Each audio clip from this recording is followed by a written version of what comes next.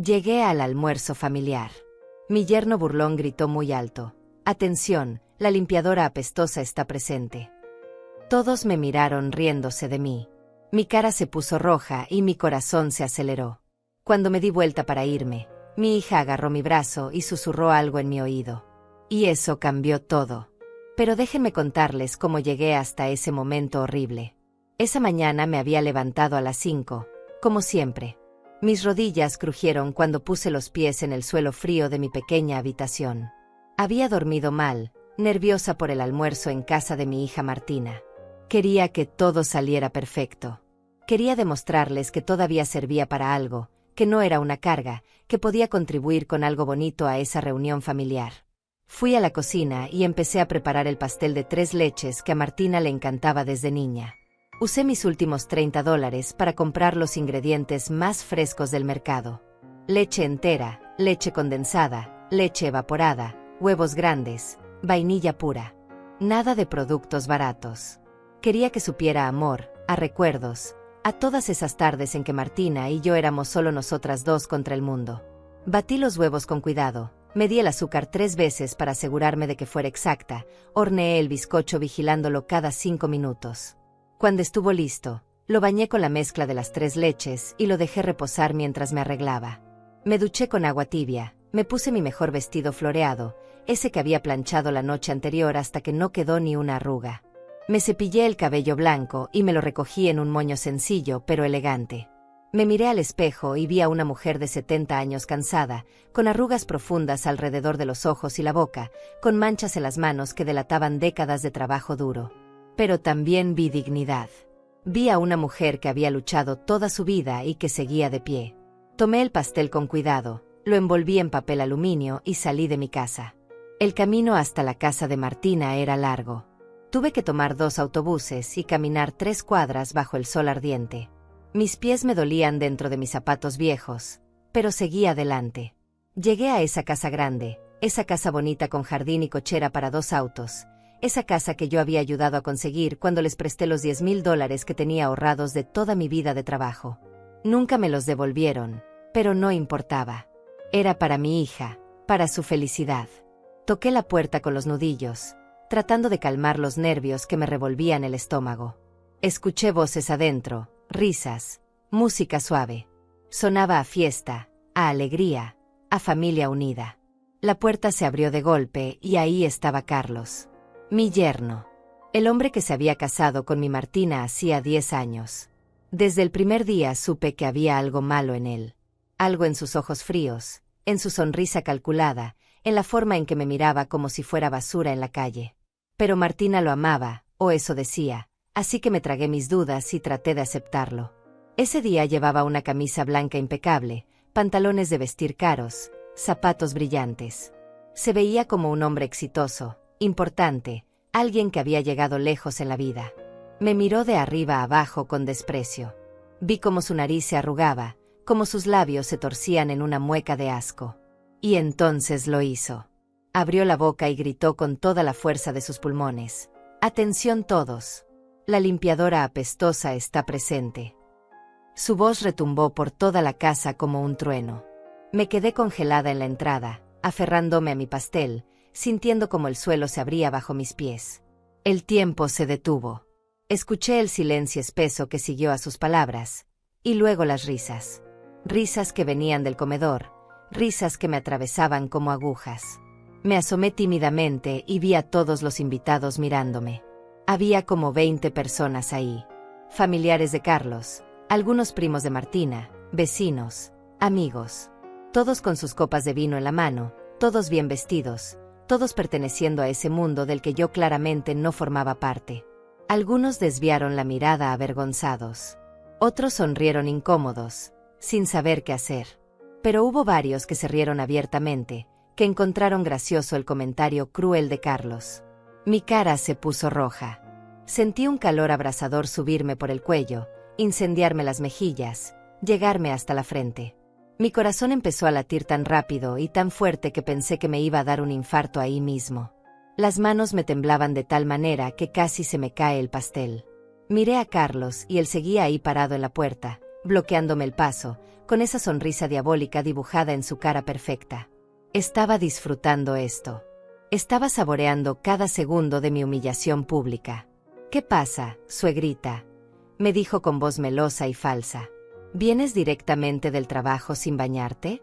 Deberías tener más consideración con los invitados». Me señaló con el dedo como si yo fuera un perro sucio que acababa de entrar arrastrando lodo. Más risas. Más miradas. Más vergüenza. Yo olía bien. Me había bañado, me había puesto loción, me había rociado ese perfume barato de rosas que compro en el mercadito. No olía a nada malo. Pero en ese momento, con todas esas personas mirándome con desprecio o lástima, empecé a dudar. Empecé a sentir que tal vez si olía mal, que tal vez si era sucia, que tal vez si era todo lo que Carlos decía que era. Sentí ganas de vomitar. Sentí ganas de correr. Sentí ganas de desaparecer de la faz de la tierra y no volver nunca más. Las lágrimas empezaron a agolparse en mis ojos, calientes y pesadas, listas para desbordarse. Pero me mordí el labio con fuerza, tan fuerte que sentí el sabor metálico de la sangre en mi boca. No iba a llorar. No les iba a dar ese gusto. No iba a permitir que me vieran quebrarme. Llevaba 70 años en este mundo lleno de golpes y traiciones. Había perdido a mi esposo, había criado a mi hija sola, había trabajado en casas ajenas limpiando pisos y baños para poder poner comida en la mesa. Había sobrevivido a cosas peores que las palabras venenosas de un hombre pequeño y cruel. Pero esto dolía diferente. Esto no era un jefe grosero o un cliente malagradecido. Esto era la familia de mi propia hija. Esto era en la casa que yo había ayudado a comprar, frente a personas que se suponía me conocían y me respetaban. Esto era la traición en su forma más pura y dolorosa. Di un paso hacia atrás, alejándome de Carlos, alejándome de esas risas, alejándome de ese lugar donde claramente yo no era bienvenida. Mis piernas apenas me sostenían. Todo mi cuerpo temblaba.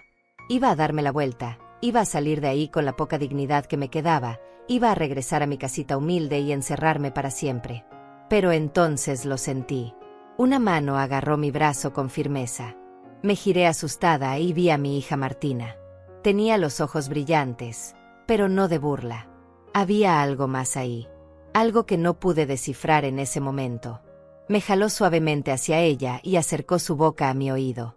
Su aliento tibio me rozó la piel mientras susurraba palabras que no esperaba escuchar. Mañana todo cambia, mamá. Confía en mí. Solo aguanta un poco más. Su voz temblaba de emoción contenida. Apretó mi brazo con más fuerza, como transmitiéndome su energía, su determinación. Y eso cambió todo. No entendí lo que Martina quiso decir con esas palabras, pero algo en su tono me hizo quedarme. Algo en la forma en que apretó mi brazo me dijo que había más de lo que yo podía ver en ese momento. Me tragué las lágrimas, levanté la barbilla y entré a esa casa con el pastel todavía temblando en mis manos. Carlos se hizo a un lado con una sonrisa burlona, como si mi decisión de quedarme fuera otro motivo de diversión para él. Martina me guió hasta la cocina, lejos de las miradas de los invitados. Dejé el pastel sobre la mesa con cuidado y me apoyé en la encimera porque las piernas ya no me sostenían bien. Mi hija me miró a los ojos y vi algo que no había visto en años. Determinación. Fuerza. Rabia contenida. Mamá, sé que fue horrible lo que acabas de vivir. Sé que quieres irte. Pero te pido que te quedes hoy. Solo hoy. Mañana todo va a ser diferente, te lo prometo. No me dio más explicaciones.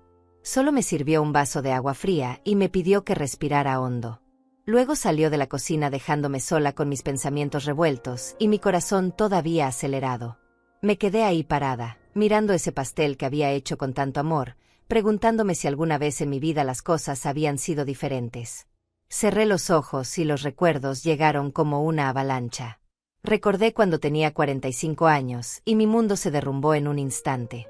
Mi esposo Roberto murió de un infarto masivo mientras trabajaba en la construcción.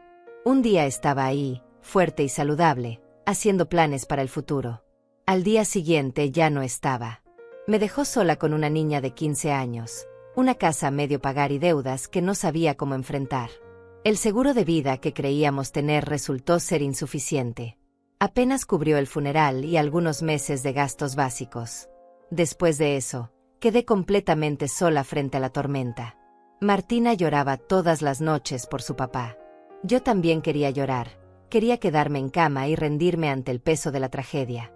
Pero no podía. Tenía una hija que dependía de mí. Tenía que ser fuerte aunque me estuviera muriendo por dentro. Así que al mes de enviudar, salí a buscar trabajo.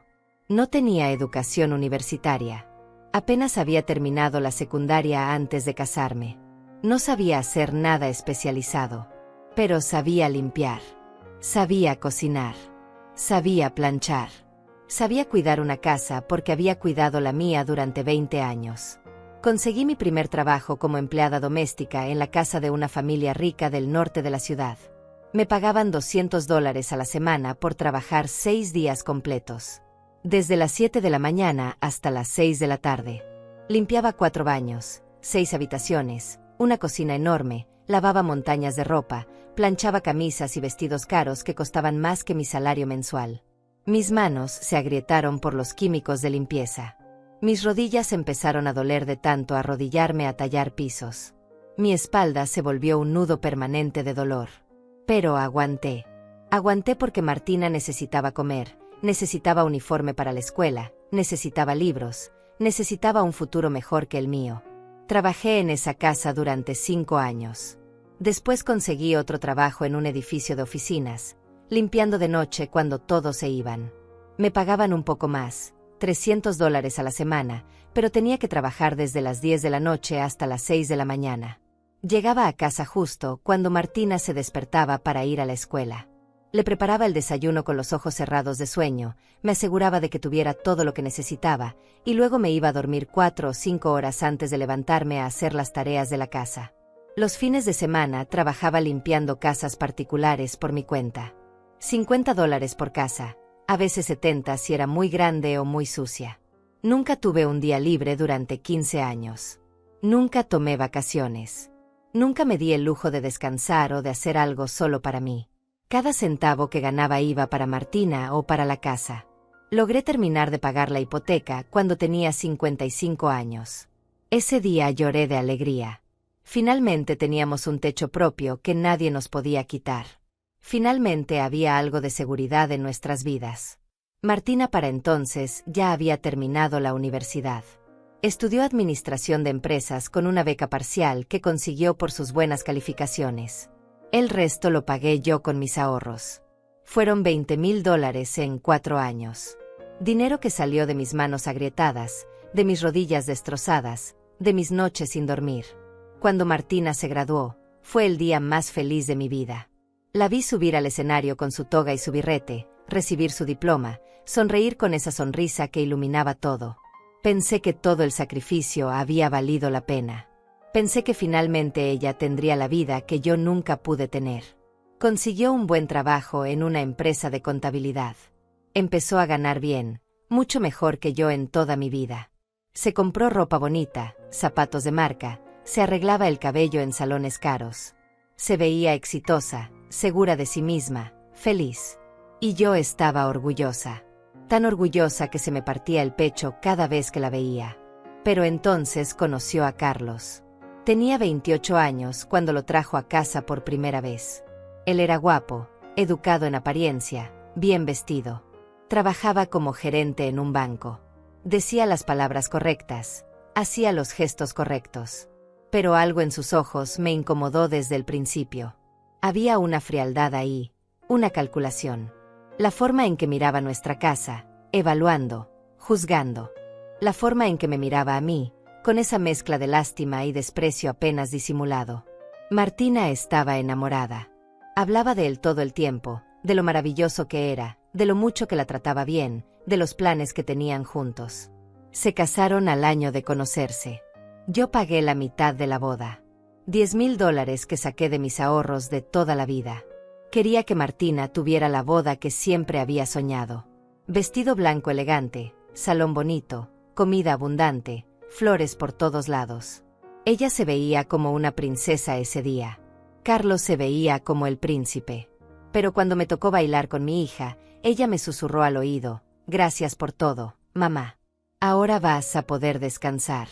Carlos y yo vamos a cuidarte». Me hizo llorar. Pensé que finalmente podría bajar la guardia, que finalmente alguien más cargaría el peso conmigo. Al año de casados, vinieron a visitarme con una propuesta. Querían comprar una casa más grande, una casa en un barrio mejor. Necesitaban dinero para el enganche. Me pidieron prestados los $15,000 que me quedaban en el banco. Todo lo que había ahorrado en 40 años de trabajo estaba en esa cuenta. Era mi seguridad, mi respaldo por si algo malo pasaba, mi fondo para la vejez. Pero cuando vi los ojos suplicantes de Martina, cuando escuché a Carlos prometerme que me lo devolverían en 2 años con intereses, no pude negarme. Les di todo. Firmé los papeles en el banco, transferí el dinero completo y me quedé con una cuenta casi vacía. Pasaron 2 años y no me devolvieron nada. Pasaron 5 años y seguían sin mencionar la deuda. Yo no quería presionar. No quería ser esa suegra molesta que reclama dinero. Pensaba que cuando pudieran, me pagarían. Mientras tanto, seguí trabajando aunque mis huesos crujían con cada movimiento. A los 65 años tuve que dejar el trabajo de noche en las oficinas porque mi cuerpo ya no aguantaba. Me quedé solo con la limpieza de casas particulares. Ganaba apenas $800 al mes. Apenas me alcanzaba para pagar servicios, comida y medicinas. Mi presión arterial estaba alta. Mis rodillas necesitaban inyecciones cada 6 meses. Mis manos temblaban por la artritis. Martina venía a visitarme cada vez menos. Al principio era una vez por semana. Luego una vez al mes. Después cada 2 o 3 meses. Siempre con prisa, siempre con excusas. Carlos nunca venía conmigo. Decía que tenía mucho trabajo, que estaba ocupado, que no podía perder tiempo. Yo entendía. O eso me decía a mí misma. Pero en el fondo dolía. Dolía ver cómo mi hija se alejaba poco a poco, cómo esa casa grande y bonita que yo había ayudado a comprar se convertía en un lugar donde yo ya no era bienvenida. Las pocas veces que iba de visita, Carlos me trataba con una cortesía fría y distante. Como si fuera una desconocida. Como si no existiera la deuda de $15,000 que nunca pagaron. Abrí los ojos y volví al presente. Seguía en esa cocina, con mi pastel sobre la mesa y el eco de la humillación todavía resonando en mis oídos. Pero las palabras de Martina también resonaban. Mañana todo cambia. No sabía qué significaba eso. No sabía qué estaba planeando mi hija. Pero por primera vez en mucho tiempo, sentí una pequeña chispa de esperanza encenderse en mi pecho cansado. Respiré hondo y salí de la cocina con las piernas todavía temblorosas. El comedor estaba lleno de gente elegante, todos con sus copas de vino y sus platos de comida cara que yo nunca podría pagar. Me senté en una silla al final de la mesa, lo más lejos posible de Carlos. Nadie me habló. Nadie me miró. Era como si fuera invisible, como si no existiera en ese espacio lleno de risas y conversaciones animadas. Martina me trajo un plato de comida y me apretó el hombro con cariño antes de alejarse. Comí en silencio. Cada bocado sabía a ceniza en mi boca. Podía sentir la mirada de Carlos sobre mí de vez en cuando, esa mirada burlona que me quemaba la piel. Mientras comía, recordé la primera vez que sospeché que algo andaba mal con Carlos. Fue hace 3 años, cuando cumplí 67.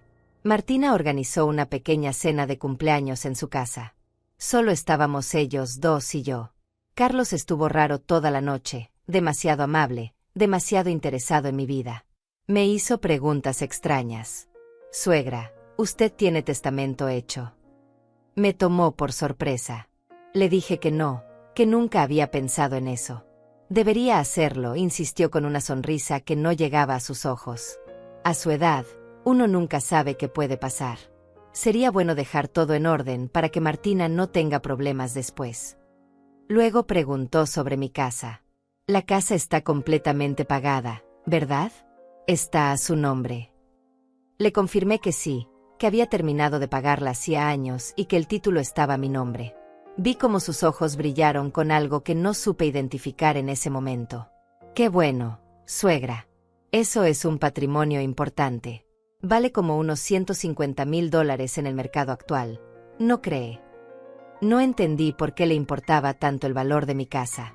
Era mi casa, mi único bien en este mundo. El único lugar donde tenía raíces y recuerdos de cuando Roberto estaba vivo y Martina era niña. Después preguntó sobre mi pensión. ¿Cuánto recibe al mes del Seguro Social? Le dije que $1,200. No era mucho, pero con eso y los trabajos de limpieza que todavía hacía, me alcanzaba para vivir modestamente. $1,200, repitió Carlos lentamente, como calculando algo en su cabeza. Eso suma 14,400 al año. No está mal para alguien que ya no trabaja tiempo completo. Su comentario me molestó. Yo todavía trabajaba limpiando 3 casas por semana. Todavía me rompía la espalda tallando pisos y limpiando baños ajenos. No era una carga para nadie. Me mantenía sola con mis propios recursos. Martina le dio un codazo discreto y cambió el tema. Pero yo no olvidé esa conversación. A partir de ese día, Carlos empezó a visitarme más seguido. Siempre con excusas. Pasaba por aquí y quise saludar. Traje unos documentos que Martina necesita que firmes. Vine a revisar unas goteras que dijiste que tenías. Pero yo no tenía goteras. Yo nunca había pedido que viniera. Y esos documentos que traía siempre eran confusos, llenos de palabras legales que no entendía. Es solo un poder notarial temporal, suegra, para que Martina pueda ayudarla con trámites bancarios si usted se enferma. Nunca firmé nada. Algo en mi interior me decía que no lo hiciera. Hace un año, Carlos sugirió que yo vendiera mi casa y me mudara con ellos. Viviría más cómoda, suegra. Tendría una habitación bonita, no tendría que preocuparse por pagar servicios ni mantenimiento. Y con el dinero de la venta podríamos invertirlo para que le genere intereses. Lo dijo todo tan razonable, tan lógico.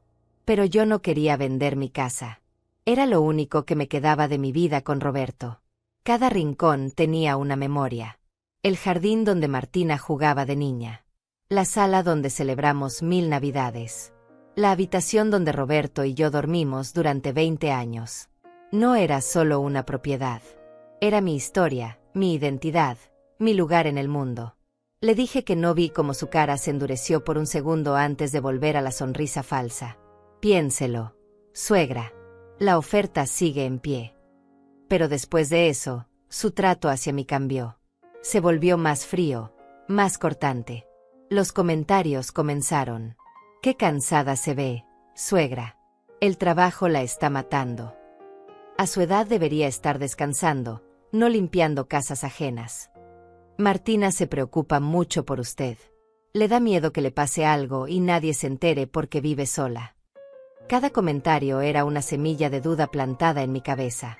Cada palabra era un intento de hacerme sentir vieja, incapaz, vulnerable. Hace 6 meses empecé a notar cosas extrañas. Cuando visitaba la casa de Martina, encontraba papeles con el logo de mi banco sobre la mesa.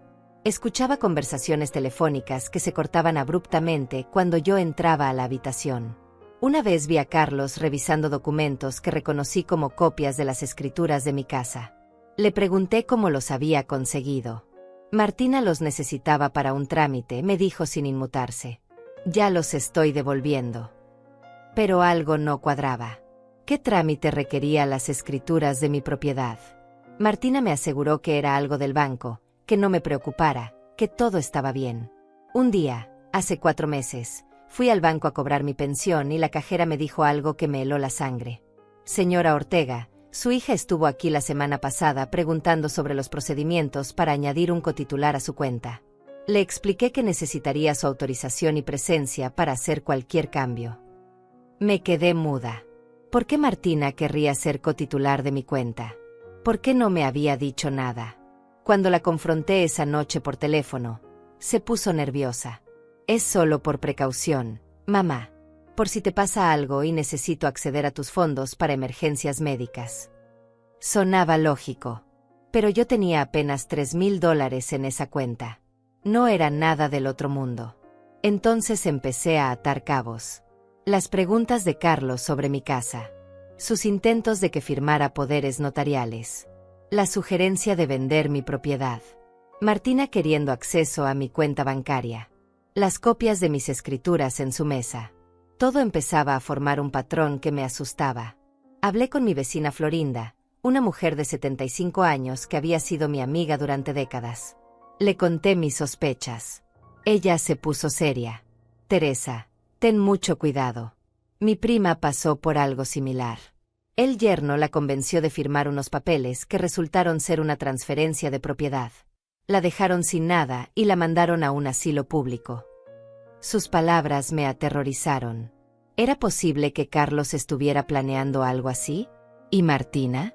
¿Mi propia hija estaría involucrada en un plan para quitarme todo? No quería creerlo. Me negaba a aceptar que la niña que crié, a quien di todo lo que tenía y lo que no tenía, pudiera traicionarme de esa manera. Pero las señales estaban ahí, claras como el agua. Intenté hablar con Martina en privado hace 2 meses. Hija, necesito que seas honesta conmigo. ¿Carlos está planeando algo con mi casa? ¿Por qué tanto interés en mis propiedades y mi dinero?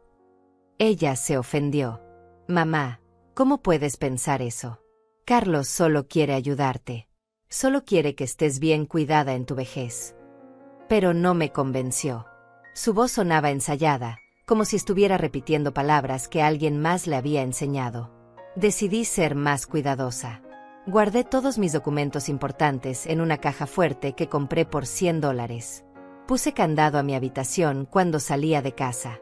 Dejé de aceptar invitaciones a la casa de Martina. Me distancié un poco, necesitaba pensar, necesitaba protegerme. Pero eso solo empeoró las cosas. Carlos empezó a llamarme por teléfono con más frecuencia. Suegra, Martina está muy triste porque ya no la visita. ¿Hicimos algo malo?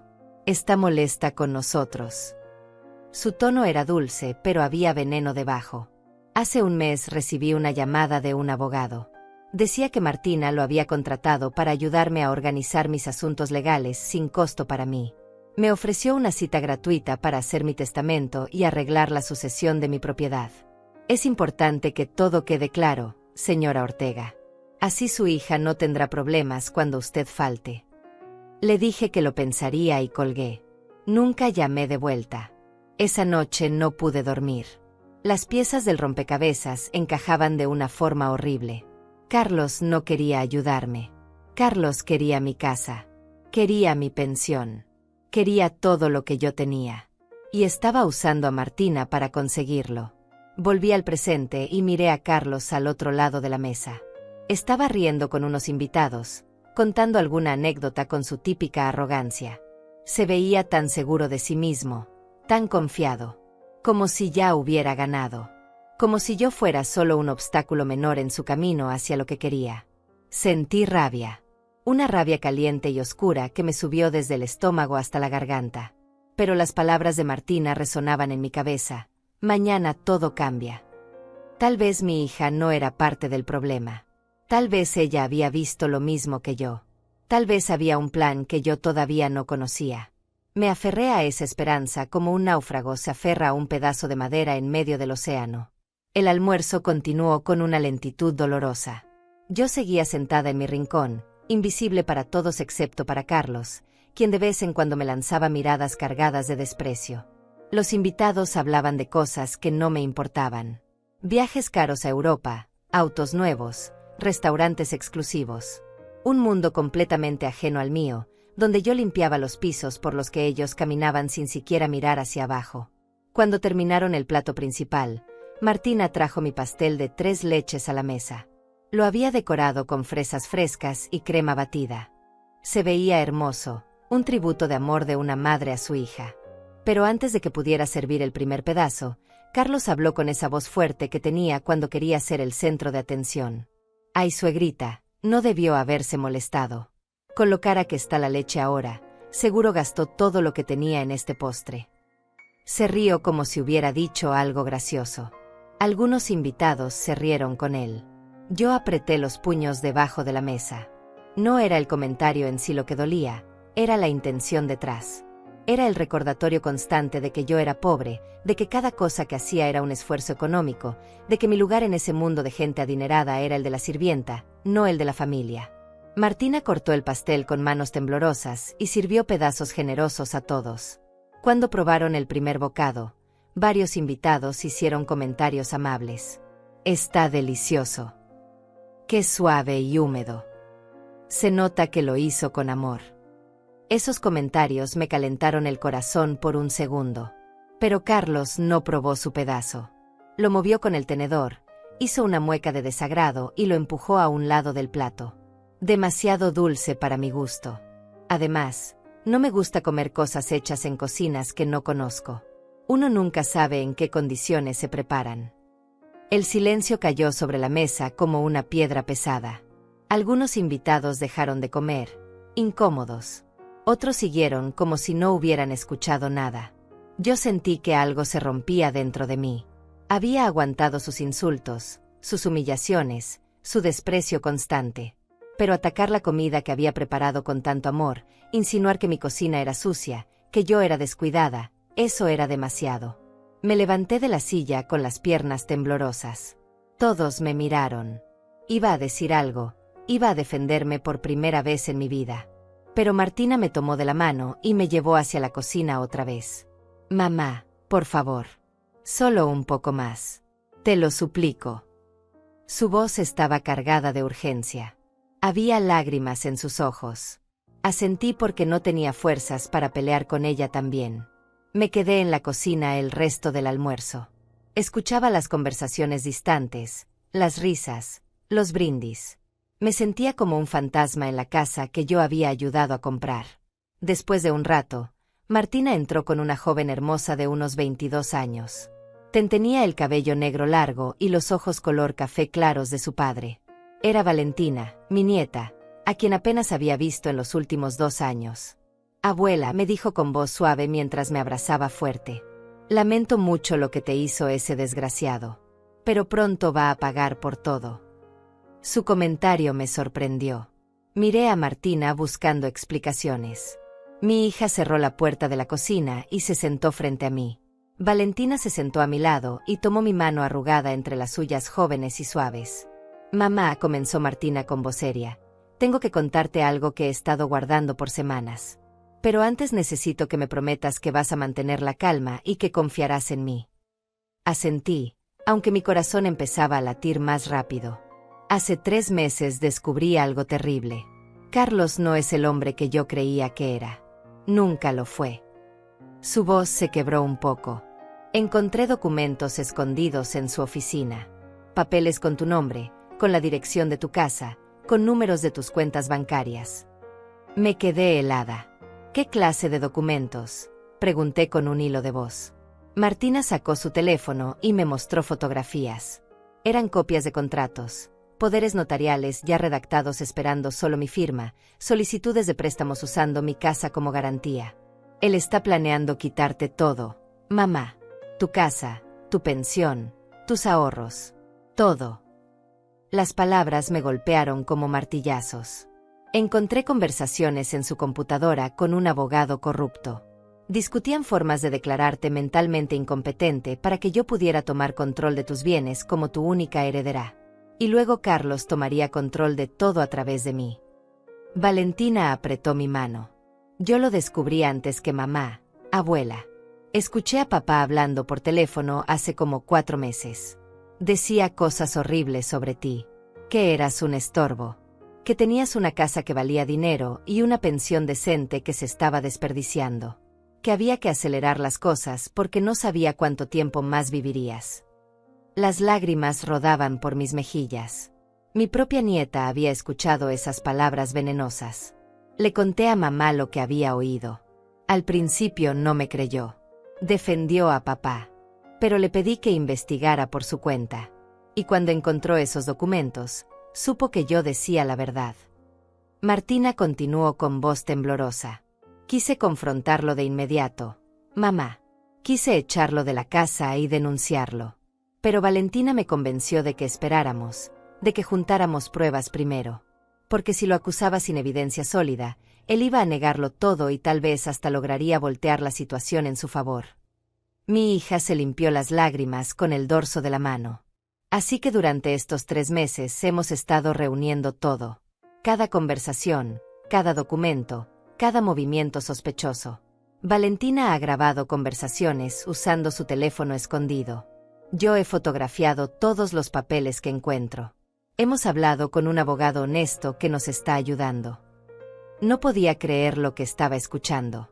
Mi hija no me había traicionado. Mi hija me estaba protegiendo.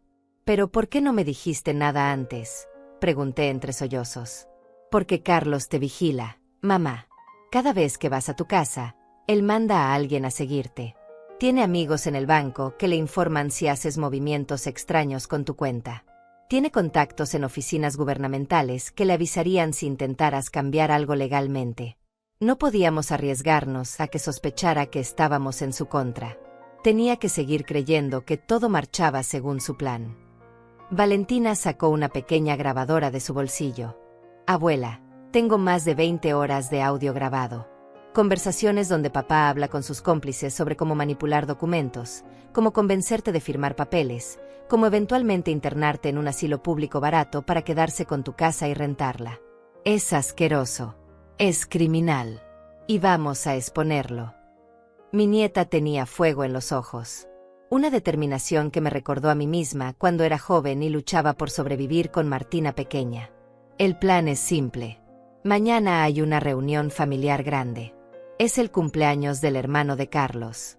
Estarán sus padres, sus hermanos, sus tíos, todos los que siempre lo han tratado como si fuera perfecto. Martina tomó el control de la explicación. Durante esa reunión vamos a exponer todo. Vamos a poner los audios para que todos escuchen exactamente qué clase de hombre es Carlos. Vamos a mostrar los documentos que planeaba usar para robarte. Y tenemos a un abogado presente que va a explicar las implicaciones legales de todo esto. Carlos no solo va a quedar expuesto socialmente. Va a enfrentar cargos criminales por intento de fraude patrimonial y abuso financiero a una persona mayor. La rabia en la voz de mi hija era palpable. Te usó, mamá. Usó tu amor, tu generosidad, tu confianza. Y me usó a mí también. Me manipuló durante años haciéndome creer que te estábamos ayudando cuando en realidad te estaba cazando como un depredador. Me sentía mareada con toda esta información. Era demasiado para procesar. ¿Y qué va a pasar con ustedes? ¿Con tu matrimonio?, le pregunté a Martina. Ella respiró hondo. Mi matrimonio terminó el día que descubrí lo que estaba planeando contra ti. No hay vuelta atrás. Ya hablé con un abogado de divorcios. Esta casa que él cree que es suya, está a mi nombre porque fue comprada con mi dinero y el tuyo, mamá. Los $15,000 que nos prestaste fueron el enganche. Yo he pagado la hipoteca estos 10 años con mi salario. Carlos solo ha aportado para gastos, nunca para la propiedad. Legalmente, esta casa es mía. Y él va a salir sin nada. Valentina sonrió con satisfacción. Además, abuela, mamá ha estado moviendo dinero a cuentas que papá no conoce. Sacó sus ahorros del banco conjunto. Cambió las contraseñas de todo. Contactó a su jefe para explicar la situación por si papá intenta sabotear su trabajo. Hemos cubierto cada ángulo. Él cree que tiene todo el control, pero en realidad ya perdió. La admiración que sentí por mi hija y mi nieta en ese momento no tiene palabras. Estas dos mujeres habían arriesgado todo para protegerme. Habían planeado meticulosamente la caída de un hombre peligroso y manipulador. Pero hoy tuvo que humillarte una vez más, dijo Martina con dolor en los ojos. Necesitábamos que se sintiera seguro, invencible. Necesitábamos que mostrara su verdadera cara delante de testigos. Entendí entonces por qué Martina me había pedido que me quedara a pesar de la humillación. Varios de los invitados de hoy son personas que van a estar mañana en el cumpleaños, explicó Valentina.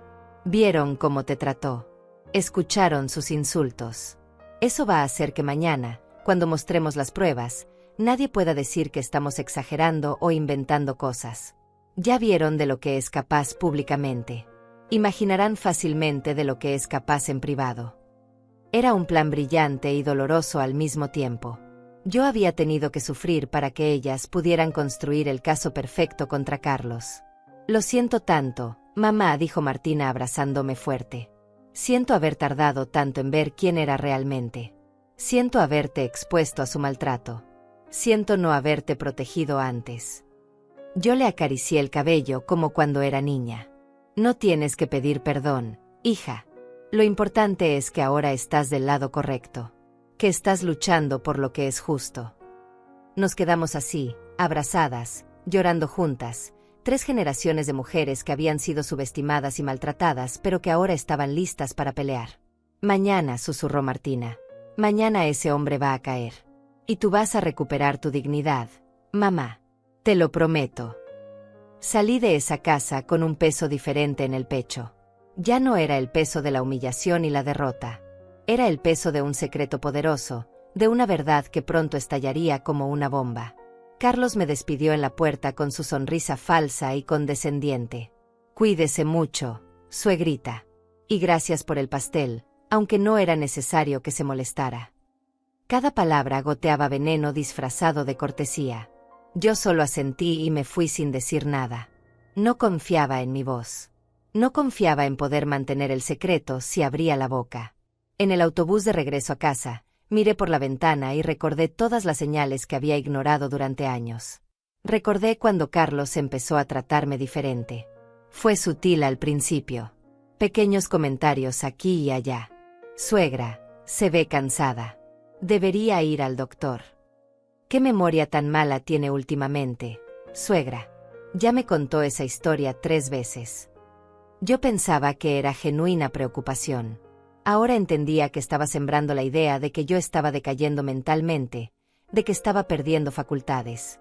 Lo hacía frente a otros familiares, frente a vecinos, frente a cualquiera que pudiera servir como testigo futuro de mi supuesta incompetencia. Era una estrategia calculada y cruel. Recordé la vez que me caí en su casa hace un año. Resbalé en el piso de la cocina que acababa de trapear. Me golpeé la cadera y me salió un moretón enorme. Carlos insistió en llevarme al hospital. Pensé que era amable. Pero ahora me daba cuenta de que necesitaba un reporte médico de mi caída, evidencia que pudiera usar para argumentar que yo era propensa a accidentes, que no podía vivir sola de manera segura. En el hospital llenó formularios como si fuera mi responsable legal. Le dio al doctor información exagerada sobre supuestos episodios de confusión que yo nunca había tenido. Yo estaba tan adolorida y marcada que no presté atención a lo que decía. Recordé cuando me regaló un teléfono celular nuevo hace 6 meses. Para que estemos comunicados, suegra. Este tiene mejor señal y es más fácil de usar. Yo agradecí el regalo. Mi teléfono viejo apenas funcionaba. Pero ahora me preguntaba si ese teléfono tenía algo instalado para rastrearme o escuchar mis conversaciones. Martina me había dicho que Carlos me vigilaba. ¿Cómo lo hacía si no? Sentí un escalofrío pensando en todas las llamadas privadas que había hecho desde ese teléfono, todas las conversaciones con Florinda donde expresaba mis dudas sobre él.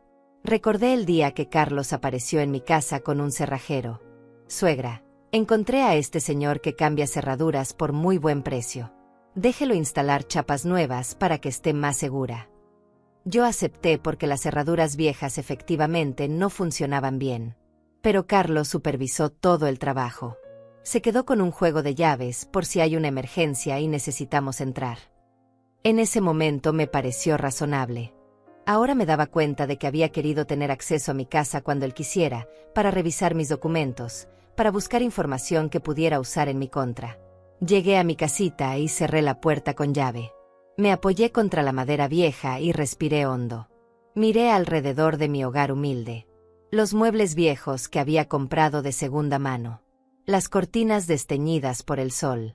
Las fotografías en las paredes de Roberto cuando estaba vivo, de Martina en su graduación, de Valentina de bebé. Este lugar no era elegante ni moderno, pero era mío. Cada centímetro de estas paredes había sido pagado con mi sudor y mis lágrimas. Y ese hombre había querido quitármelo. Había planeado robarme no solo mi propiedad, sino mi dignidad, mi libertad, mi derecho a envejecer en el lugar que yo había construido con tanto esfuerzo. Esa noche no pude dormir. Daba vueltas en la cama pensando en todo lo que Martina y Valentina me habían revelado. Pensaba en los audios que tenían grabados, en las conversaciones donde Carlos hablaba de mí como si fuera un objeto en su camino, un obstáculo que había que remover. Pensaba en el abogado corrupto con quien había conspirado, en los documentos falsificados listos para mi firma, en el plan de declararme incompetente mentalmente. Era como una película de terror, excepto que era mi vida real. Era mi familia. Era el hombre que dormía al lado de mi hija cada noche. Me levanté a las 3 de la mañana y me preparé un té de manzanilla. Me senté en la mesa de la cocina donde tantas veces me había sentado con Roberto a planear nuestro futuro. Ay, Roberto, susurré a la nada, si vieras en lo que se convirtió nuestra vida. Si supieras que el hombre que nuestra hija eligió resultó ser una serpiente. Sentí ganas de llorar, pero no salieron lágrimas. Ya había llorado demasiado en los últimos años. Ya había gastado todas mis lágrimas en noches solitarias preguntándome dónde había fallado como madre, por qué mi hija se alejaba de mí, por qué me sentía tan sola en mi propia familia. Pero ahora sabía la verdad. No había fallado como madre. Mi hija me amaba. Mi nieta me adoraba. El problema nunca fui yo. El problema era Carlos y su ambición enfermiza, su codicia sin límites, su capacidad de manipular y mentir sin remordimiento. Hombres como él existen en el mundo. Se acercan a familias vulnerables, identifican sus debilidades, explotan sus recursos. Yo era la viuda con una casa pagada y una pensión modesta. Era el blanco perfecto. Y él había pasado años afilando sus cuchillos para el momento del ataque final. Pero lo que Carlos no sabía es que las mujeres que él había subestimado eran más fuertes e inteligentes de lo que jamás imaginó. El día siguiente amaneció gris y frío. Me vestí con cuidado, eligiendo mi mejor conjunto. Un vestido sencillo pero elegante que había comprado en una tienda de segunda mano. Me maquillé ligeramente, me puse unos aretes de perlas falsas que Roberto me había regalado hace 30 años. Me miré al espejo y vi a una mujer de 70 años que había sobrevivido a pérdidas devastadoras, a años de trabajo agotador, a la soledad de la viudez, al desprecio de un yerno cruel. Pero también vi a una sobreviviente. Vi a una guerrera que estaba a punto de presenciar la caída de su enemigo. Hoy, me dije a mí misma frente al espejo, hoy empieza la justicia. Martina pasó por mí a las 3 de la tarde. Venía sola en su auto. ¿Dónde está Carlos?, pregunté. Fue directo desde su oficina. La fiesta es en casa de sus padres. Llegaremos nosotras juntas. Durante el trayecto, Martina repasó el plan conmigo. Van a estar como 40 personas, mamá. Toda la familia de Carlos.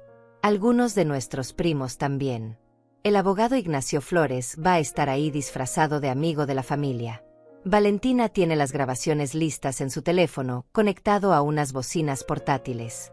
Yo tengo copias impresas de todos los documentos que encontré. Cuando llegue el momento del brindis por el cumpleaños del hermano de Carlos, voy a pedir la palabra. Y ahí se va a destapar todo. Mi corazón latía rápido, pero no de miedo. Era anticipación. Era la sensación de que finalmente, después de años de ser invisible y maltratada, iba a ser vista. Iba a ser escuchada.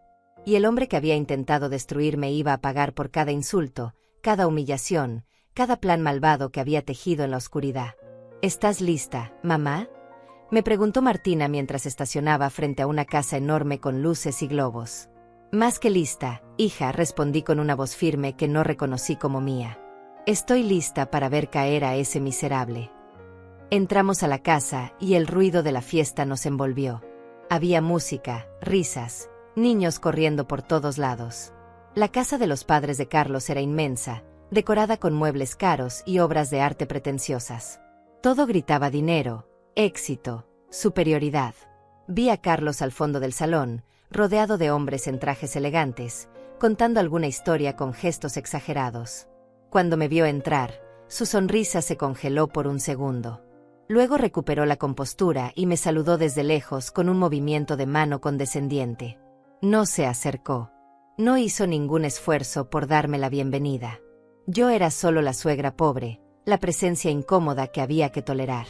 La madre de Carlos, una mujer alta y delgada con cirugías plásticas evidentes, se acercó a saludarnos. Martina, querida, qué bueno que viniste. Luego me miró a mí con una sonrisa forzada. Señora Ortega. Ni siquiera usó mi nombre. Solo un título frío y distante. Hay comida en el comedor. Sírvanse lo que gusten. Nos despidió con un gesto de la mano, como quien despide a la servidumbre. Martina apretó mi brazo con fuerza. Aguanta, mamá. Pronto estas personas van a ver quién eres realmente. Nos dirigimos a una esquina del salón donde había menos gente. Valentina apareció minutos después, vestida con un vestido bonito, cargando un bolso grande. Ya está todo listo, susurró mi nieta mientras se sentaba junto a nosotras. Ignacio ya llegó. Está hablando con el tío de papá haciéndose pasar por un colega del banco. Miré discretamente hacia donde señalaba y vi a un hombre de unos 50 años, cabello gris, traje formal, que conversaba animadamente con otros invitados. Nadie sospecharía que era un abogado esperando el momento para desenmascarar a un criminal. Las bocinas están en mi bolso, continuó Valentina. Son pequeñas pero potentes. Cuando llegue el momento, las voy a sacar y conectar mi teléfono. Tengo la primera grabación lista para reproducir. El tiempo pasaba con una lentitud tortuosa. Yo apenas probé la comida que me sirvieron. Mi estómago estaba hecho un nudo. Observaba a Carlos moverse por la fiesta como un pavo real, recibiendo palmadas en la espalda, risas cómplices, admiración de sus familiares. Era el hijo exitoso, el esposo perfecto, el hombre que había llegado lejos. Nadie sabía que detrás de esa fachada impecable se escondía un depredador sin escrúpulos. Pero pronto lo sabrían. Pronto todo ese castillo de mentiras se vendría abajo y yo estaría ahí para verlo desmoronarse. Carlos se acercó a nuestra mesa cerca de las 6 de la tarde. Traía una copa de whisky en la mano y esa sonrisa arrogante que tanto odiaba. Suegrita, qué alegría que haya venido. Pensé que después de ayer estaría cansada. Su tono era burlón. Varios familiares que estaban cerca escucharon el comentario y sonrieron. Ayer tuvo un almuerzo en nuestra casa, explicó Carlos a sus primos. La pobre llegó tan cansada del trabajo que parecía arrastrarse. A su edad ya no debería estar limpiando casas ajenas. Es triste verla así. Hablaba de mí como si yo no estuviera presente, como si fuera un objeto de lástima y vergüenza. Uno de sus primos, un hombre gordo con corbata roja, me miró con compasión falsa. Es verdad, señora. A su edad debería estar descansando. Mis padres ya tienen 70 y hace años que no trabajan. Viven tranquilos con su pensión. Carlos aprovechó la oportunidad. Eso le he dicho 1000 veces. Pero es terca. No acepta ayuda de nadie. Prefiere matarse trabajando que aceptar que ya no puede sola.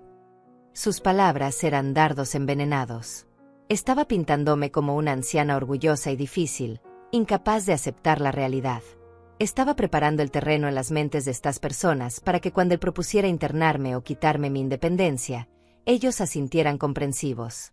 Sentí la mano de Martina apretar la mía debajo de la mesa. Me estaba pidiendo que me mantuviera callada, que no mordiera el anzuelo. Respiré hondo y bajé la mirada. Carlos tomó mi silencio como sumisión y sonrió satisfecho. Bueno, disfruten la fiesta. Se alejó contoneándose, victorioso. El primo de la corbata roja me dio una palmadita en el hombro. No se preocupe, señora. Carlos es un buen hombre. Estoy seguro de que cuida bien de usted y de su hija. Si supiera la verdad detrás de ese buen hombre, pronto lo haría. Pronto todos lo harían. A las 7 en punto trajeron el pastel de cumpleaños del hermano de Carlos. Era un pastel enorme de 3 pisos decorado con fondant y flores de azúcar. Nada que ver con mi humilde pastel de 3 leches de ayer. Cantaron las mañanitas con voces desafinadas y alegres. El hermano sopló las velas mientras todos aplaudían. Luego el padre de Carlos, un hombre mayor de aspecto severo, pidió silencio golpeando su copa con una cuchara. Familia, amigos, gracias por estar aquí celebrando con nosotros. Quiero hacer un brindis por mi hijo Antonio, que cumple 45 años hoy. Un hombre trabajador, honesto, un ejemplo para todos. Todos levantaron sus copas. Yo no tenía copa. Nadie me había servido vino ni champán. Era invisible incluso en los brindis. El padre de Carlos continuó hablando sobre los logros de Antonio, sobre sus valores, sobre el orgullo que sentía como padre. Cuando terminó su discurso, hubo aplausos. Entonces Carlos pidió la palabra. Papá, familia, yo también quiero decir algo. Quiero agradecer a mi hermano Antonio por ser siempre un ejemplo de integridad. Y quiero aprovechar para hablar de otro tema importante. Mi corazón se aceleró. ¿Qué estaba haciendo? Esto no estaba en el plan. Carlos me señaló con su copa. Como saben, mi suegra Teresa está aquí con nosotros. Tiene 70 años y todavía trabaja limpiando casas porque no tiene otra opción. Martina y yo hemos estado pensando mucho en cómo ayudarla. Hemos considerado que se mude con nosotros, pero la casa no es lo suficientemente grande. Hizo una pausa dramática. Así que hemos estado explorando otras opciones. Hay un lugar muy bonito, un hogar para personas mayores, donde podría estar bien cuidada, con atención médica las 24 horas, actividades recreativas. Un lugar donde no tendría que preocuparse por nada. El silencio en el salón era denso. Todos me miraban. Algunos con lástima, otros con aprobación hacia Carlos por ser tan considerado. Yo sentí que el piso se abría bajo mis pies. Estaba usando esta fiesta para empezar a sembrar la idea públicamente. Estaba preparando a su familia para el día en que me quitara mi casa y me internara en algún asilo barato. Y lo estaba haciendo frente a todos, pintándose como el héroe generoso que cuida de su suegra desvalida. La rabia hirvió en mis venas. Miré a Martina y vi que estaba pálida, con los puños apretados. Pero había algo más en su expresión. Había determinación. Había llegado el momento. Martina se levantó de su silla bruscamente. El sonido de la silla arrastrándose por el piso captó la atención de todos. «Carlos», dijo mi hija con voz fuerte y clara, «antes de que sigas hablando de planes para mi madre, creo que hay algunas cosas que toda tu familia necesita escuchar». Carlos la miró confundido. «¿De qué hablas, amor? Esto puede esperar». Pero Martina negó con la cabeza. «No, no puede esperar. De hecho, ya esperó demasiado. Valentina, por favor». Mi nieta sacó las bocinas de su bolso y las colocó sobre la mesa. Conectó su teléfono con manos temblorosas pero decididas. «¿Qué es esto?», preguntó Carlos con una risa nerviosa. «Martina, no es el momento para juegos». Pero mi hija lo ignoró. Se paró en el centro del salón donde todos podían verla. Familia, amigos, lo que están a punto de escuchar es la verdad sobre el hombre que conocen como Carlos Pérez. El hombre que mi madre y yo conocemos de una manera muy diferente. Carlos dio un paso hacia ella. «Martina, basta. No sé qué te pasa, pero esto es ridículo». Su voz había perdido la suavidad. Ahora sonaba dura, amenazante. Pero era demasiado tarde. Valentina presionó el botón de reproducir y la voz de Carlos llenó el salón.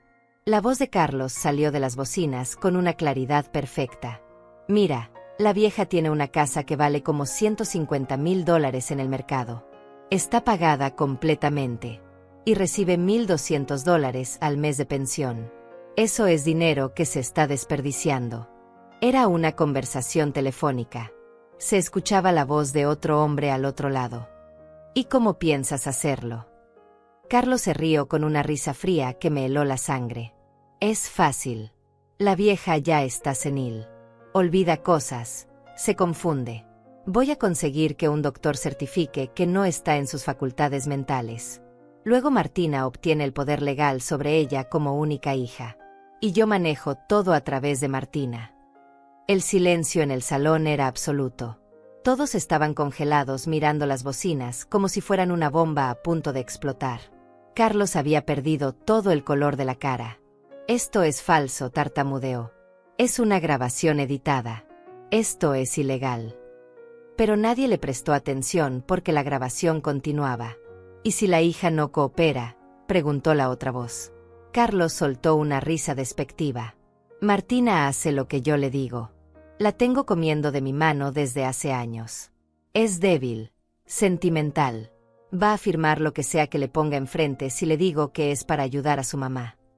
Martina tenía lágrimas rodando por sus mejillas, pero se mantuvo firme. Valentina le tomó la mano en apoyo. La grabación seguía. «Una vez que tenga control de las propiedades, vendo la casa. Con ese dinero pago mis deudas y lo que sobre lo invierto. A la vieja la meto en un asilo público, de esos que cuestan $300 al mes. Le saco fotos llorando y quejándose para que Martina se sienta culpable y no proteste. Y listo. Problema resuelto». La otra voz rió. «Eres un genio, Carlos. Ojalá yo tuviera una suegra con propiedades para hacer lo mismo». Los familiares de Carlos empezaron a murmurar entre ellos. Vi caras de shock, de indignación, de incredulidad. La madre de Carlos se llevó una mano a la boca. El padre estaba rojo de ira, pero no sabía hacia quién dirigirla. «Antonio, el hermano del cumpleaños, miraba a Carlos como si no lo reconociera. Valentina detuvo la grabación. Esto fue grabado hace 2 meses, dijo mi nieta con voz temblorosa pero fuerte. Tenemos más de 20 horas de conversaciones similares. Conversaciones donde mi padre planea en detalle cómo robarle todo a mi abuela. Cómo manipular documentos. Cómo falsificar firmas si es necesario. Cómo sobornar a funcionarios públicos. Carlos reaccionó finalmente. Se abalanzó hacia Valentina tratando de quitarle el teléfono. Dame eso. No tienes derecho a grabarme sin mi permiso. Pero Antonio lo detuvo agarrándolo del brazo. Espera, Carlos. Déjala terminar. Carlos forcejeó. Suéltame. Esto es una conspiración contra mí. Mi esposa y mi hija se volvieron locas. Están tratando de destruirme. Martina dio un paso hacia él. ¿Locas? ¿Locas por descubrir que planeabas destruir a mi madre? ¿Locas por no permitir que robara su patrimonio? Su voz era como un látigo. Llevo 3 meses durmiendo al lado de un monstruo. 3 meses sabiendo la verdad y teniendo que fingir que todo estaba bien. El padre de Carlos habló con voz de trueno. ¿Es verdad lo que dicen, Carlos? ¿Planeabas robarle a tu suegra? Carlos negó con la cabeza desesperadamente. No, papá. Es todo un malentendido. Yo solo quería ayudarla. Esas conversaciones están sacadas de contexto. Martina soltó una risa amarga. ¿Contexto? ¿Qué contexto justifica decir que vas a meter a mi madre en un asilo público de $300 mientras te quedas con 150,000 de su casa? Sacó un folder de su bolso. Pero hay más. Mucho más. Abrió el folder y empezó a sacar documentos. Aquí hay un poder notarial ya redactado esperando la firma de mi madre. Un poder que le daría control total sobre sus bienes. Pasó los documentos para que circularan entre los invitados. Aquí hay una solicitud de préstamo usando la casa de mi madre como garantía. Un préstamo por $80,000 que Carlos planeaba solicitar a nombre de ella sin su conocimiento. Más papeles circularon. Las caras de los familiares se volvían más y más horrorizadas con cada documento. Aquí hay correos electrónicos entre Carlos y un abogado corrupto discutiendo cuánto costaría conseguir una evaluación psiquiátrica falsa declarando a mi madre mentalmente incompetente. Mi hija estaba implacable, exponiendo cada pedazo de evidencia con precisión quirúrgica. Y aquí, dijo Martina sacando más papeles, hay capturas de pantalla de conversaciones donde Carlos se burla de mi madre. La llama estorbo, vieja inútil, limpiadora apestosa. Esas palabras resonaron en el salón porque todos habían escuchado a Carlos usar exactamente esos términos ayer durante el almuerzo. Los testigos de mi humillación ahora entendían que no había sido un comentario cruel aislado. Era parte de un patrón sistemático de abuso y degradación. Carlos no solo planeaba robarle a mi madre. Pasó años destruyendo su autoestima, haciéndola sentir pequeña e invisible, preparando el terreno para que nadie cuestionara cuando finalmente la internara. En ese momento, Ignacio Flores se acercó al centro del salón. Buenas noches a todos. Mi nombre es Ignacio Flores y soy abogado especializado en Derecho de Familia y Protección de Adultos Mayores. Sacó su identificación y la mostró. He revisado toda la evidencia que las señoras Martina y Valentina han recopilado durante los últimos 3 meses. Y puedo confirmar que lo que han presentado aquí constituye múltiples delitos graves. Su voz profesional y calmada le dio un peso oficial a toda la situación. Esto ya no era solo drama familiar. Era un caso legal. Los delitos incluyen intento de fraude patrimonial, conspiración para cometer falsificación de documentos, abuso financiero a persona mayor, y potencialmente secuestro si hubiera procedido con el plan de internar a la señora Ortega contra su voluntad. Ignacio miró directamente a Carlos. Señor Pérez, cada uno de estos delitos es castigado con prisión. En conjunto, está mirando a una posible sentencia de entre 5 a 15 años. Carlos se tambaleó como si le hubieran dado un golpe físico. No pueden probar nada. Esas grabaciones son ilegales. No son admisibles en corte. Ignacio sonrió fríamente. En realidad, en este estado las grabaciones de conversaciones son legales si al menos una de las partes consiente. Su hija Valentina era parte de varias de esas conversaciones y consintió en grabarlas. La madre de Carlos empezó a sollozar. ¿Cómo pudiste, Carlos? ¿Cómo pudiste planear algo tan horrible? Carlos se volteó hacia ella desesperado. Mamá, no es lo que parece. Yo solo quería asegurar nuestro futuro. Martina y yo tenemos deudas. Necesitábamos ese dinero. Sus palabras fueron como una confesión. Acababa de admitir que sí necesitaba el dinero de mi casa. Antonio lo soltó con disgusto. Eres una vergüenza para esta familia. Otros familiares empezaron a expresar su repudio. No puedo creer que seas capaz de algo así. Esa pobre señora te dio todo y así le pagas. Deberías estar en la cárcel. Carlos miró alrededor buscando apoyo, pero solo encontró caras de decepción y repulsión. Su mundo perfecto se estaba desmoronando frente a sus ojos. Esto no ha terminado, amenazó con voz temblorosa. Voy a conseguir abogados. Voy a pelear esto. Ignacio dio un paso adelante. Puede intentarlo, señor Pérez. Pero debo informarle que ya presentamos toda esta evidencia ante la Fiscalía esta mañana. Hay una investigación oficial en curso. Y considerando la gravedad de los delitos y el riesgo de fuga, es probable que haya una orden de arresto emitida en las próximas 48 horas. El color drenó completamente de la cara de Carlos. Martina se acercó a él.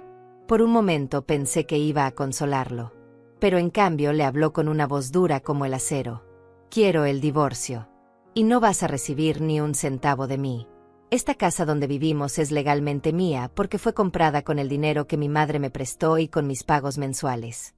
Tú nunca contribuiste a la propiedad. Solo a gastos corrientes. Así que no tienes derecho a nada. Carlos intentó tocarla, pero ella se alejó. No me vuelvas a tocar jamás. Me das asco. Usaste mi amor para intentar destruir a mi madre. No hay perdón para eso. Me levanté temblando de mi silla. Todos los ojos se volvieron hacia mí. Durante años había sido invisible en estas reuniones. Pero ahora finalmente me veían. Realmente me veían. Caminé hacia Carlos y lo miré directo a los ojos. Él trató de sostener mi mirada, pero no pudo. Bajó la vista avergonzado. Carlos Pérez, dije con una voz que no sabía que tenía. Intentaste quitarme lo único que me quedaba en este mundo. Mi casa, comprada con 40 años de limpiar pisos ajenos. Mi dignidad, ganada con sacrificios que tú nunca podrías entender. Pero fallaste. Porque subestimaste a las mujeres de esta familia. Carlos seguía con la mirada clavada en el suelo, incapaz de enfrentar mis ojos. Todo su poder, toda su arrogancia, se habían evaporado. Era un hombre pequeño y cobarde expuesto ante el mundo. Durante años me hiciste sentir insignificante, continué con voz firme. Me humillaste frente a otros. Me llamaste sucia, apestosa, inútil. Todo para prepararme mentalmente para el día en que me quitarías todo. Pero no contabas con que mi hija te estuviera observando. No contabas con que mi nieta fuera lo suficientemente valiente para grabarte. No contabas con que nosotras tres, las mujeres que despreciabas, fuéramos más inteligentes que tú. Valentina vino a mi lado y me tomó del brazo con cariño. Martina se colocó del otro lado. Las tres juntas, 3 generaciones de mujeres que habían sido subestimadas, ahora de pie frente al hombre que había intentado destruirnos. Abuela, dijo Valentina con voz clara para que todos escucharan, quiero que todos aquí sepan quién eres realmente. No eres una limpiadora apestosa como este hombre te llamó. Eres una mujer que quedó viuda a los 45 años y en lugar de rendirte, trabajaste 3 empleos simultáneamente para criar sola a tu hija. Pagaste una casa completa con tus propias manos. Mandaste a mi madre a la universidad vendiendo hasta tus joyas de matrimonio. Martina continuó. Mi madre me dio todo lo que no tuvo. Me regaló educación, oportunidades, un futuro. Cuando me casé, me prestó sus ahorros de toda la vida, $15,000 que nunca le devolví porque este hombre los gastó en tonterías. Mi madre nunca reclamó, nunca exigió. Solo siguió trabajando, siguió luchando, siguió siendo la mujer más fuerte que conozco. Las lágrimas corrían libremente por las mejillas de mi hija. Y yo fui tan ciega que no vi durante años cómo este miserable la trataba. Me avergüenzo de haber tardado tanto en protegerla. Los familiares de Carlos estaban en silencio. Algunos de los que se habían reído de mí el día anterior ahora miraban al suelo avergonzados. La madre de Carlos se acercó a mí con los ojos rojos de llorar. Señora Ortega, no tengo palabras para disculparme por mi hijo. Lo que planeo hacer es imperdonable. Si hay algo que yo pueda hacer para compensar aunque sea un poco el daño. Su voz se quebró. Yo la miré y vi a una madre destrozada por las acciones de su hijo. Usted no tiene la culpa de lo que él eligió ser, le dije con suavidad. Pero gracias por sus palabras. Ignacio habló nuevamente. Señor Pérez, le recomiendo encarecidamente que contrate un abogado criminal lo antes posible. La Fiscalía va a proceder con los cargos basándose en la evidencia presentada. También le informo que se ha emitido una orden de restricción temporal. No puede acercarse a la señora Teresa Ortega ni a su propiedad a menos de 200 metros. Violar esta orden resultará en arresto inmediato. Carlos finalmente levantó la vista. Había lágrimas en sus ojos, pero no supe si eran de arrepentimiento genuino o solo de autocompasión. Yo no quería que llegara tan lejos. Solo necesitaba dinero. Tengo deudas. El banco me está presionando. Antonio, su hermano, dio un paso adelante. ¿Entonces la solución era robarle a una anciana de 70 años? ¿Destruir a la madre de tu esposa? Carlos, te conozco desde que naciste y nunca pensé que serías capaz de algo tan vil. El padre de Carlos habló con voz cargada de decepción. Has traído vergüenza a esta familia. No esperes nuestro apoyo en esto. Vas a enfrentar las consecuencias de tus acciones solo. Carlos miró a su familia buscando aunque sea una cara amigable, pero solo encontró rechazo. Su mundo entero se había derrumbado en menos de una hora. Martina sacó unos papeles de su bolso. Estas son las demandas de divorcio. Las presenté esta mañana. También incluí una orden de desalojo. Tienes 72 horas para sacar tus pertenencias de mi casa. Después de eso, cualquier cosa que dejes será donada o tirada a la basura. Carlos la miró con desesperación. Martina, por favor. Podemos hablar de esto. Podemos ir a terapia. Puedo cambiar. Mi hija soltó una risa seca. ¿Terapia? ¿Para un hombre que pasó años planeando robarle a mi madre? No hay terapia que arregle eso. No hay vuelta atrás. Lo nuestro terminó el día que decidiste que tu ambición era más importante que mi familia. Carlos intentó un último recurso. Se volteó hacia mí con expresión suplicante. Suegra, usted es una mujer buena, cristiana. Puede perdonar. Puede decirles que retiren los cargos. Yo le pagaré todo lo que le debo. Le devolveré los $15,000 con intereses. Solo déles una oportunidad de hablar conmigo, de entender mi situación. Me miró con esos ojos que había usado tantas veces para manipular, para conseguir lo que quería. Pero ya no funcionaban. Yo había visto su verdadero rostro. Había escuchado sus palabras venenosas en esas grabaciones. Había visto los documentos que planeaba usar para destruirme. Carlos, dije con calma, durante años te abrí mi corazón. Te consideré mi familia. Cuando te casaste con mi hija, te recibí con amor a pesar de mis dudas. Te presté dinero que nunca reclamé. Te di mi confianza. Y tú usaste todo eso contra mí. Planeaste quitarme mi casa, la casa donde viví con mi esposo fallecido, donde crié a mi hija, donde están todos mis recuerdos. Planeaste meterme en un asilo barato para olvidarme ahí mientras gastabas mi dinero. No hay perdón para eso. No porque yo no pueda perdonar, sino porque tú no mereces ser perdonado. El silencio que siguió a mis palabras fue absoluto. Carlos se desmoronó en una silla, con la cabeza entre las manos. Algunos de sus familiares empezaron a retirarse de la fiesta, incómodos con la situación. Otros se quedaron murmurando entre ellos, procesando lo que acababan de presenciar. La fiesta de cumpleaños se había convertido en un juicio público y el acusado había sido declarado culpable por unanimidad. Antonio se acercó a mí y me estrechó la mano. Señora Ortega, lamento profundamente lo que mi hermano intentó hacerle. Si necesita cualquier cosa, cualquier ayuda, por favor no dude en pedirla. Otros familiares de Carlos que tenían algo de decencia se acercaron a disculparse, a expresar su solidaridad conmigo. Era extraño recibir esta atención después de años de ser ignorada en estas reuniones. Pero no lo hacía por la atención. Lo hacía por justicia, por dignidad, por todas las mujeres mayores que son vistas como blancos fáciles por familiares sin escrúpulos. Ignacio me entregó su tarjeta. Señora Ortega, mantengámonos en contacto durante el proceso legal.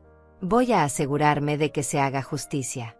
También le recomiendo que cambie las cerraduras de su casa inmediatamente y que revise todas sus cuentas bancarias para asegurarse de que no haya movimientos no autorizados. Asentí y guardé la tarjeta. Martina me abrazó fuerte. Lo hicimos, mamá. Finalmente lo expusimos. Yo le acaricié el cabello como cuando era niña. Tú lo hiciste, hija. Tú tuviste el valor de investigar, de reunir pruebas, de enfrentar a tu propio esposo. Eso requiere una fuerza que no muchas personas tienen. Valentina se unió al abrazo. Las mujeres Ortega somos guerreras, abuela. Nadie se mete con nosotras y sale impune. Su voz juvenil estaba llena de orgullo y determinación. En ese momento supe que mi nieta estaría bien en la vida, que nunca permitiría que nadie la pisoteara. Salimos de esa casa con la cabeza en alto. Carlos se quedó ahí, rodeado de los escombros de su reputación destruida, enfrentando las miradas de decepción de su propia familia. No sentí lástima por él. Había tenido múltiples oportunidades de ser una buena persona, de tratar a su familia con respeto, de vivir honestamente. Había elegido el camino de la codicia y la crueldad. Ahora pagaría el precio. En el auto de regreso, ninguna de nosotras habló mucho. Estábamos agotadas emocionalmente. Pero había una paz en el silencio. La paz que viene después de una batalla ganada. La paz de saber que habíamos peleado por lo correcto y habíamos triunfado. Martina me dejó en mi casa y me acompañó hasta la puerta. Mamá, mañana voy a venir con un cerrajero para cambiar todas tus chapas. Y vamos a revisar juntas todos tus documentos para asegurarnos de que estén seguros. Yo asentí agradecida. ¿Y tú cómo estás, hija? Sé que esto no puede ser fácil. A pesar de todo, estuviste casada con ese hombre durante 10 años. Martina respiró hondo. Estoy destrozada, mamá, pero también aliviada. Ahora sé la verdad. Ahora puedo empezar a sanar. Y lo más importante, te protegí. Eso es lo único que importa. Los meses siguientes fueron un torbellino de procedimientos legales. Carlos fue arrestado una semana después de la exposición en la fiesta. Los cargos fueron formalmente presentados: intento de fraude patrimonial, conspiración para falsificar documentos y abuso financiero planeado contra una persona mayor. Ignacio Flores fue implacable en su trabajo. Presentó cada grabación, cada documento, cada pedazo de evidencia ante el juez. Carlos contrató a un abogado caro que intentó argumentar que todo había sido un malentendido, que las conversaciones estaban sacadas de contexto, que nunca tuvo la intención real de ejecutar esos planes. Pero era demasiado tarde. La evidencia era abrumadora y clara. El juicio duró 3 semanas. Yo tuve que testificar. Fue una de las experiencias más difíciles de mi vida. Tuve que sentarme en ese estrado y contar frente a un salón lleno de extraños cómo me había sentido humillada, menospreciada, acosada durante años. Tuve que describir cada insulto, cada comentario cruel, cada intento de Carlos de hacerme firmar documentos que no entendía. El abogado de Carlos intentó pintarme como una anciana confundida que había malinterpretado las buenas intenciones de su yerno. Pero Martina y Valentina también testificaron. Sus testimonios fueron devastadores para la defensa. Valentina, con apenas 22 años, se paró frente a la corte y habló con una claridad que me llenó de orgullo. Mi padre decía que mi abuela era un obstáculo que había que remover. Decía que era dinero desperdiciado mantenerla viva en su propia casa cuando esa propiedad podía estar generando ingresos para él. Lo escuché decir esas palabras exactas. No fue un malentendido. Fue un plan calculado y frío para explotar a una mujer vulnerable. El jurado escuchó cada palabra con expresiones de disgusto creciente.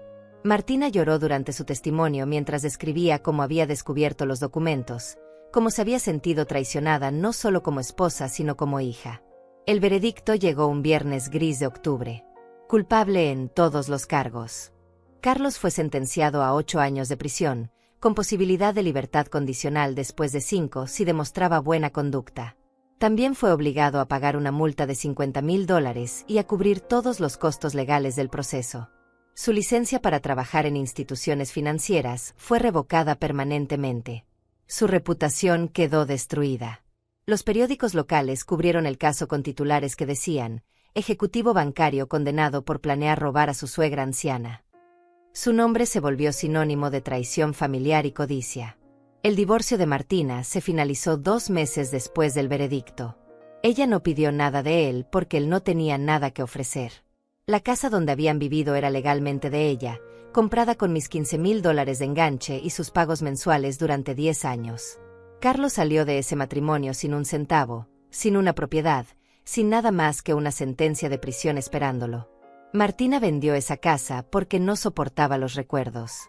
Con el dinero compró una casa más pequeña, pero acogedora cerca de la mía. Finalmente podíamos ser vecinas, estar cerca la una de la otra como debió haber sido siempre. Valentina terminó su carrera universitaria en administración de empresas con honores. Consiguió un trabajo excelente en una firma de contabilidad donde ganaba casi $3,000 al mes. Se mudó con Martina para ayudarle con los gastos mientras su mamá se recuperaba emocionalmente del divorcio. Las dos venían a visitarme casi todos los días. Tomábamos café en mi pequeña cocina y hablábamos de todo y de nada. Martina estaba en terapia, procesando años de manipulación emocional que no había reconocido mientras estaba dentro de la relación. Lentamente, mi hija volvía a ser la mujer fuerte y segura que yo había criado. Yo también hice cambios en mi vida. A mis 70 años decidí finalmente retirarme completamente. Dejé los trabajos de limpieza que todavía hacía. Mi cuerpo me lo agradeció. Mis rodillas dejaron de dolerme tanto. Mis manos empezaron a sanar de las grietas causadas por décadas de químicos de limpieza. Con mi pensión de $1,200 mensuales y sin la presión de ayudar financieramente a Martina, podía vivir modestamente pero con dignidad. Cambié todas las cerraduras de mi casa como Ignacio había recomendado. Puse mis documentos importantes en una caja fuerte que solo yo podía abrir. Me aseguré de que todo estuviera en orden legalmente. También hice algo que nunca pensé que haría. Escribí un testamento claro y detallado con la ayuda de Ignacio. En él especifiqué que mi casa y cualquier ahorro que tuviera al momento de mi muerte irían completamente a Martina. Pero también incluí cláusulas de protección. Si Martina se volvía a casar, la propiedad se mantendría únicamente a su nombre, separada de cualquier sociedad conyugal. Nadie más podría tocar lo que yo había construido con mi sudor. También dejé algo especial para Valentina. Las joyas que me quedaban de mi matrimonio con Roberto y $5,000 que logré ahorrar en estos últimos meses al no tener gastos médicos ni de trabajo. Un año después del juicio, recibí una carta de Carlos desde la prisión. Martina me la entregó con expresión preocupada. No tienes que leerla si no quieres, mamá. Pero decidí hacerlo. La carta era larga, llena de disculpas que sonaban huecas y justificaciones que no justificaban nada.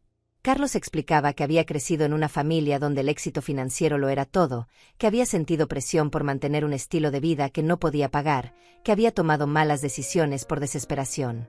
Terminaba pidiendo perdón y suplicando que intercediera para reducir su sentencia. Leí la carta 2 veces y luego la guardé en un cajón. No respondí. No había nada que decirle. El perdón es algo personal y complejo. Tal vez algún día, cuando esté muy vieja y cerca del final de mi vida, encontraré en mi corazón espacio para perdonarlo. Pero no sería por él. Sería por mí, para liberarme de cualquier amargura restante. Pero ese día todavía no llegaba y tal vez nunca llegaría. Y estaba en paz con eso. No todo tiene que ser perdonado para poder seguir adelante. A veces la justicia es suficiente. A veces proteger lo que es tuyo es suficiente. 2 años después del juicio, en una tarde soleada de primavera, estaba sentada en el jardín de mi casa cuando Martina y Valentina llegaron con una sorpresa. Mamá, abuela, queremos mostrarte algo. Martina sacó su teléfono y me mostró un video. Era un documental corto que Valentina había producido como proyecto universitario. Se llamaba Las Guerreras Silenciosas y contaba nuestra historia. Contaba sobre mujeres mayores que son vistas como blancos fáciles por familiares codiciosos.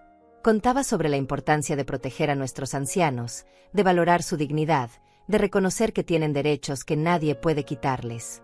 El documental usaba nuestra historia como ejemplo, pero protegía nuestras identidades con nombres falsos y caras borrosas.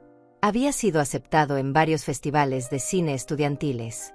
Valentina lo había hecho para crear conciencia, para que otras familias estuvieran alertas a las señales de abuso financiero contra personas mayores. Quiero que tu historia ayude a otros, abuela. Quiero que las mujeres como tú sepan que no están solas, que pueden pelear, que pueden ganar. Las lágrimas rodaban por mis mejillas mientras veía el video. Mi dolor, mi lucha, mi victoria, ahora servirían para proteger a otros. Nada podía hacerme sentir más orgullosa. Hoy tengo 72 años. Mi cabello es completamente blanco. Mis manos están marcadas por décadas de trabajo duro. Mi espalda está un poco encorvada. Pero camino con la frente en alto. Vivo en mi casa, la casa que pagué con mi propio esfuerzo y que nadie pudo quitarme. Martina viene a almorzar conmigo todos los domingos. Valentina me visita entre semana y me cuenta sobre su trabajo, sus sueños, sus planes. Tengo una vida simple, pero llena de amor verdadero. Aprendí que la familia no es solo la sangre. Es quien está a tu lado cuando todo se derrumba. Es quien pelea por ti cuando no puedes pelear por ti misma. Si hay algo que quiero que otras mujeres aprendan de mi historia es esto. Nunca permitan que nadie las haga sentir insignificantes. Su valor no está determinado por su edad, por su cuenta bancaria, por su nivel educativo. Su valor está en su dignidad, en su historia, en las batallas que han sobrevivido. Protejan sus documentos, conozcan sus derechos, desconfíen de quien muestra demasiado interés en sus propiedades. Y si tienen hijos o nietos buenos que los aman de verdad, aférrense a ellos. Ellos son su verdadera riqueza. Yo perdí años sintiéndome pequeña y asustada. Pero al final, con la ayuda de mi hija y mi nieta, recuperé mi voz. Recuperé mi poder. Y nadie me lo volverá a quitar jamás.